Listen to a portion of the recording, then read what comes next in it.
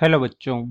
चलिए प्रश्न को समझते हैं। किसी रेडियो एक्टिव पदार्थ से उत्सर्जित बीटा कणों के E/m का मान सामान्य कैथोड किरण नलिका में प्रवाहित इलेक्ट्रॉनों के E/m की अपेक्षा कम होता है, क्यों? मुख्य अवधारणा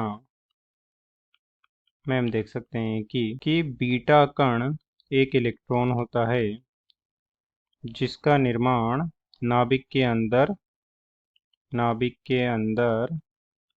न्यूट्रॉन के क्षय से होता है, जिसे हम इस प्रकार से लिख सकते हैं। न्यूट्रॉन के क्षय से होता है। इस प्रकार से बीटा कण का निर्माण होता है जो कि तीव्र गति से उत्सर्जित होता है।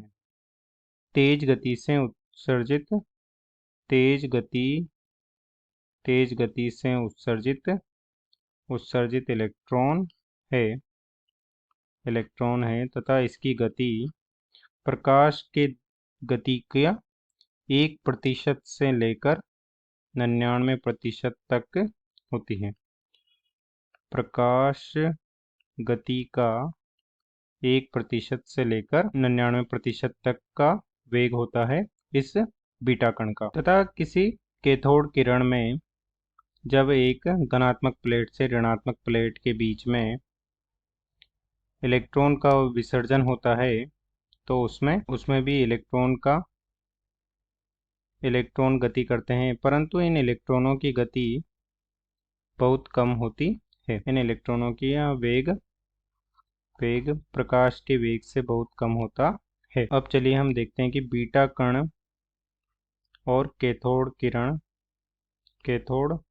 इलेक्ट्रॉन के लिए E/m तथा इसके लिए भी E/m। तो यहाँ हम देख सकते हैं कि इसका बीटा कण का वेग प्रकाश के वेग के तुल्य है। तो इसके लिए हम आइंस्टीन के सापेक्षता के नियम से जो द्रव्यमान है, विराम द्रव्यमान है, वो निश्चर नहीं रहता है, अर्थात वेग के कारण द्रव्यमान में परिवर्तन होता है और द्रव्यमान में परिवर्तन हो जाएगा m बराबर विराम द्रव्यमान बटे वर्गमूल 1 माइनस v2 बटा c2। और यहाँ से हम देख सकते हैं कि कैपिटल स्मॉल m बड़ा होता है विराम द्रव्यमान से, अर्थात हम देख सकते हैं कि E/m में m का मान ज़्यादा है तो E/m का मान कम हो जाता है, जबकि कैथोड किरण में m द्रव्यमान सामान्य विराम द्रव्यमान के समतुल्य है, क्योंकि इसका वेग प्रकाश के वेग के से बहुत कम है। तो इसे हम लिख सकते हैं कि m विराम द्रव्यमान के लगभग समान है।